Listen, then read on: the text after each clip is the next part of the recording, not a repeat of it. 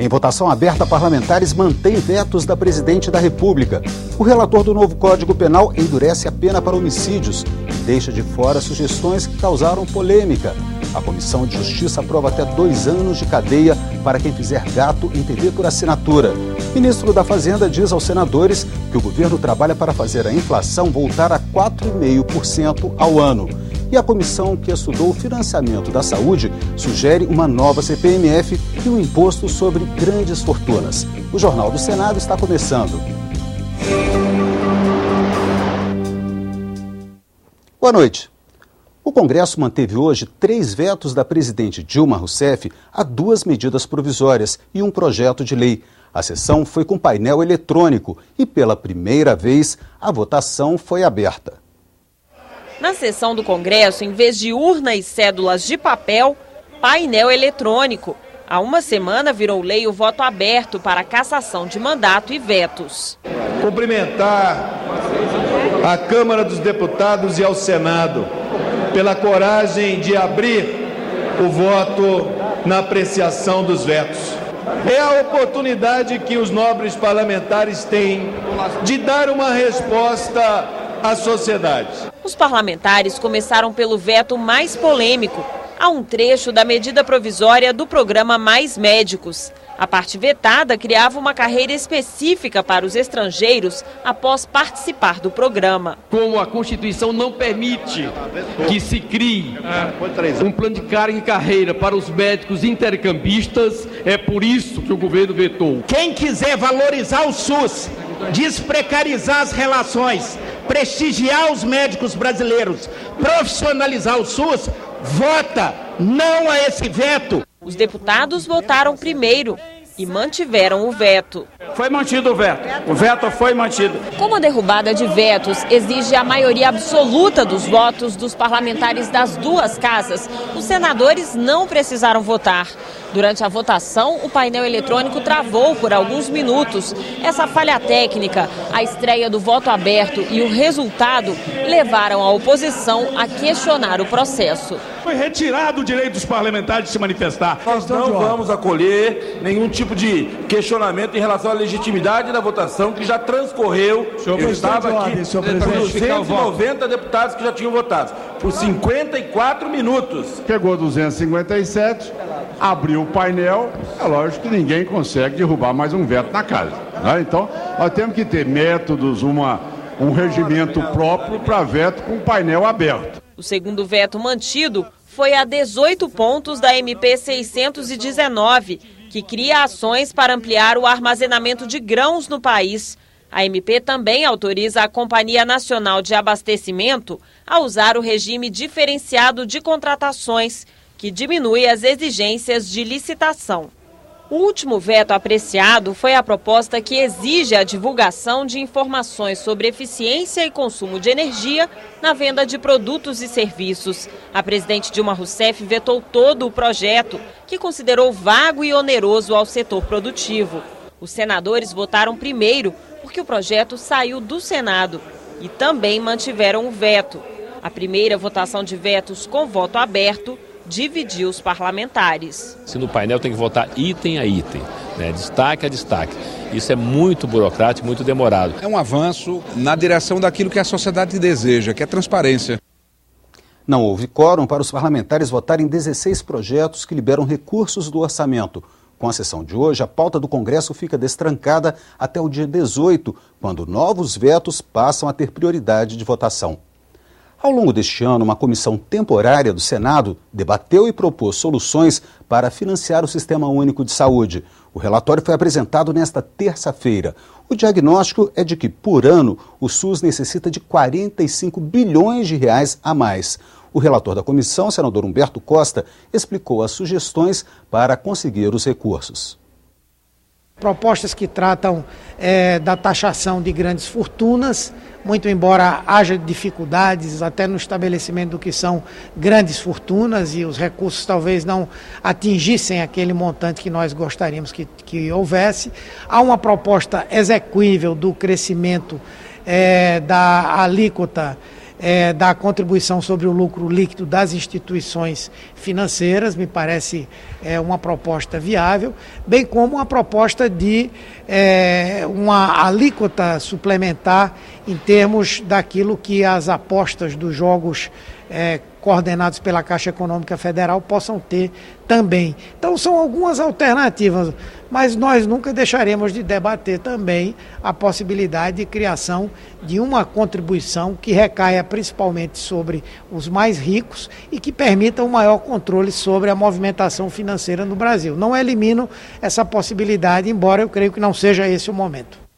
As sugestões da comissão serão encaminhadas ao Ministério da Saúde. Também vão orientar a análise de projetos que já tramitam no Congresso. Prefeitos que participam em Brasília de uma mobilização nacional se reuniram com o presidente do Senado, Renan Calheiros. Eles pediram ajuda do Congresso para a crise financeira dos municípios.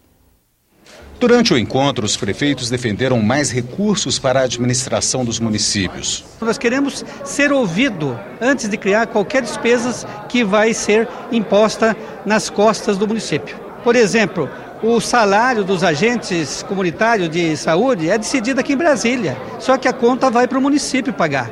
O presidente do Senado relacionou projetos já votados e que beneficiam as cidades, como os royalties do petróleo para a educação e a saúde. Os prefeitos pedem que o Congresso vote a PEC 39. Ela aumenta a base de cálculo do FPM, principal fonte de receita dos municípios. Nós teremos 2% a mais na nossa receita. Isso já foi feito um diálogo com a Câmara Federal e também aqui no Senado, né?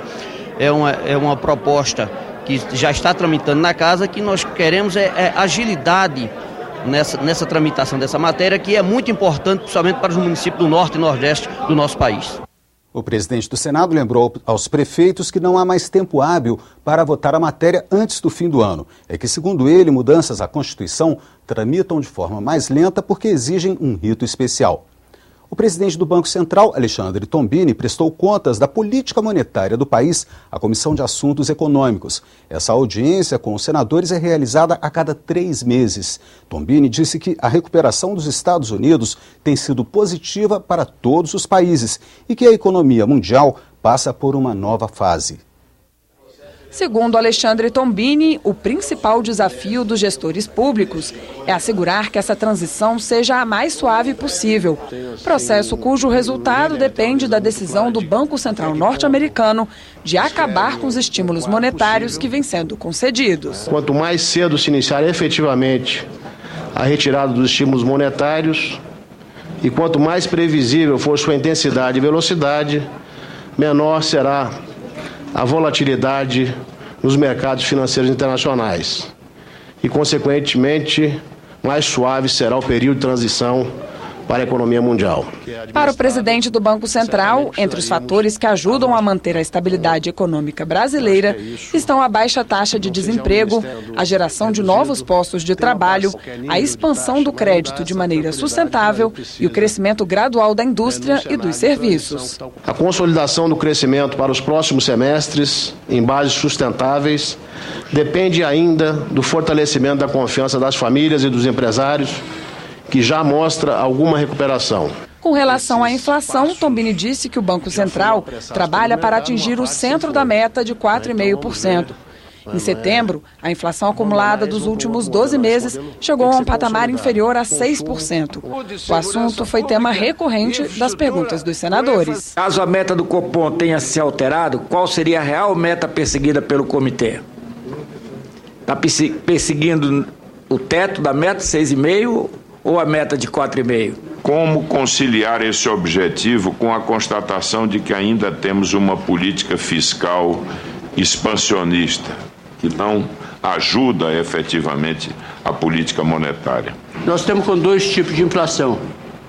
Uma inflação administrada dos preços públicos e uma inflação dos preços livres que chega a 7%, 8%. A meta do Banco Central é a meta estabelecida pelo Conselho Monetário Nacional, meta de 4,5%, e é essa que nós perseguimos e vamos continuar perseguindo. Se nós pegarmos a inflação hoje, também no nível do consumidor, medida pela USP, pela Fundação pela FIPE, essa inflação está em 4,01 acumulado em 12 meses.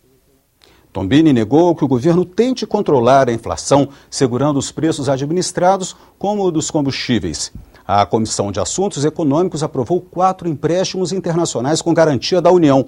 Todos foram encaminhados para votação no plenário do Senado em regime de urgência. Os créditos externos beneficiam os estados do Ceará no valor total de 750 milhões de dólares e de Sergipe com 60 milhões de dólares. E o empréstimo para o município do Rio de Janeiro é de 16 milhões e 200 mil dólares. O relator do projeto, que atualiza o Código Penal, propõe condenações mais longas para os criminosos. O texto do senador Pedro Tax se baseou na lei atual, nas sugestões de um grupo de juristas e nos projetos que já tramitam no Congresso. Quase 500 páginas, mais de 500 artigos, parágrafos, incisos. Propostas para modernizar regras que foram criadas há mais de 70 anos.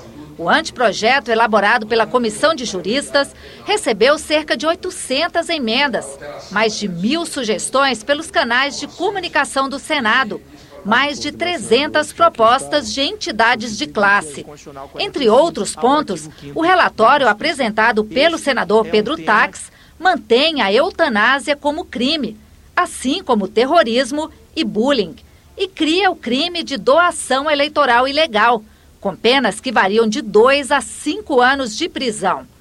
O texto também incorpora no Código Penal a corrupção como crime hediondo e aumenta o rigor na punição.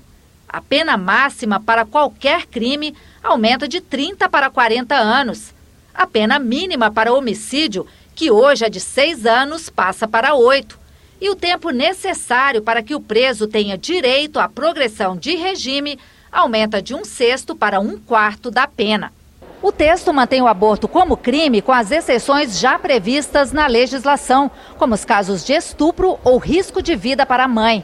Mas o relator, senador Pedro Tax, retirou a possibilidade de interrupção da gravidez nas 12 primeiras semanas de gestação por incapacidade psicológica da mãe. Essa sugestão tinha sido incluída pelos juristas. A Constituição protege a vida. Nós entendemos desta maneira que esta previsão do anteprojeto, que possibilitaria a mulher abortar até a 12ª semana, desde que tivesse atestados médicos, isto se afigura como inconstitucional. Nós afastamos essa possibilidade. Outra sugestão dos juristas retirada do texto foi a descriminalização do porte de drogas para consumo pessoal. Nós afastamos essa possibilidade porque entendemos que, em razão de questões, inclusive geográficas, territoriais, nós estamos perto dos maiores produtores de substância entorpecente do mundo, os países vizinhos ao Brasil. Esta previsão aumentaria ainda mais a grande incidência de uso de substância entorpecente, em razão, inclusive, da verdadeira guerra que se trava contra o uso de crack e de outras substâncias entorpecentes. O relatório foi lido, mas houve um pedido de vista e a votação acabou adiada para a próxima terça-feira. Em seguida, vai a plenário, o que deve ocorrer só no ano que vem.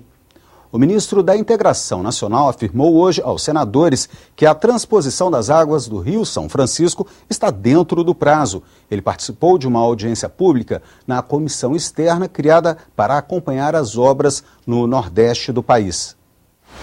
O projeto de transposição do Rio São Francisco é a maior obra de infraestrutura hídrica do país, com um custo estimado em mais de 8 bilhões de reais. A intenção é levar água a 390 municípios na região Nordeste que hoje sofrem com a seca. 12 milhões de brasileiros devem ser beneficiados. O São Francisco vai levar água para garantir o abastecimento humano, o abastecimento das cidades, e a água local desses estados vai sobrar para a atividade econômica, dando também um suporte econômico à população que vive no meio rural e vive nas cidades do interior do Nordeste. Em audiência no Senado, o ministro da Integração afirmou que as obras estão dentro do cronograma. Francisco Teixeira disse que já foram gastos 4,2 bilhões de reais e que mais da metade do projeto está concluída. A previsão é terminar as obras em dezembro de 2015. Precisamos concluir as primeiras estações de bombeamento, a estação que capta a água no Lago de Itaparica, no eixo leste, e a estação de bombeamento que capta a água lá em Cabrobró. Aí com essa captação estando pronta, já no próximo ano a gente pretende ter algum benefício gerado até o final do próximo ano. Mas um grande benefício está sendo gerado hoje, são quase 8 mil empregos gerados na região. Os senadores também questionaram as denúncias veiculadas pela imprensa que mostram irregularidades na operação carro-pipa do governo. No início do mês, reportagem do Fantástico da Rede Globo denunciou a distribuição de água contaminada no interior de Alagoas. Vamos aumentar mais ainda a fiscalização. Aqueles detectados pelo Fantástico já foram afastados da operação, mas é bom que se diga que o Exército, só nos últimos 6 meses, afastou 140 pipeiros que não atenderam os requisitos estabelecidos. O Exército, segundo ele diz que está fiscalizando, as demonstrações é que isso não está ocorrendo na sua plenitude. Temos que avançar, temos que cobrar, porque hoje, para você transportar água potável, você tem tecnologias de tratamento no próprio carro-pipa. Então, é uma boa vontade, uma decisão política e uma cobrança efetiva do acompanhamento que se faz necessário. A Comissão de Ciência e Tecnologia aprovou um projeto que estabelece detenção de 6 meses a 2 anos para quem interceptar ou receber sem autorização os sinais de TV por assinatura, o chamado GATO. A matéria segue agora para análise da Comissão de Constituição e Justiça. E vai a plenário em caráter de urgência o projeto do Poder Executivo para criar 3 centros de pesquisa: o Instituto Nacional de Águas, o Centro de Tecnologias Estratégicas do Nordeste e o Instituto Nacional de Pesquisa do Pantanal. Você pode rever as reportagens desta edição na página da TV Senado na internet. Até amanhã.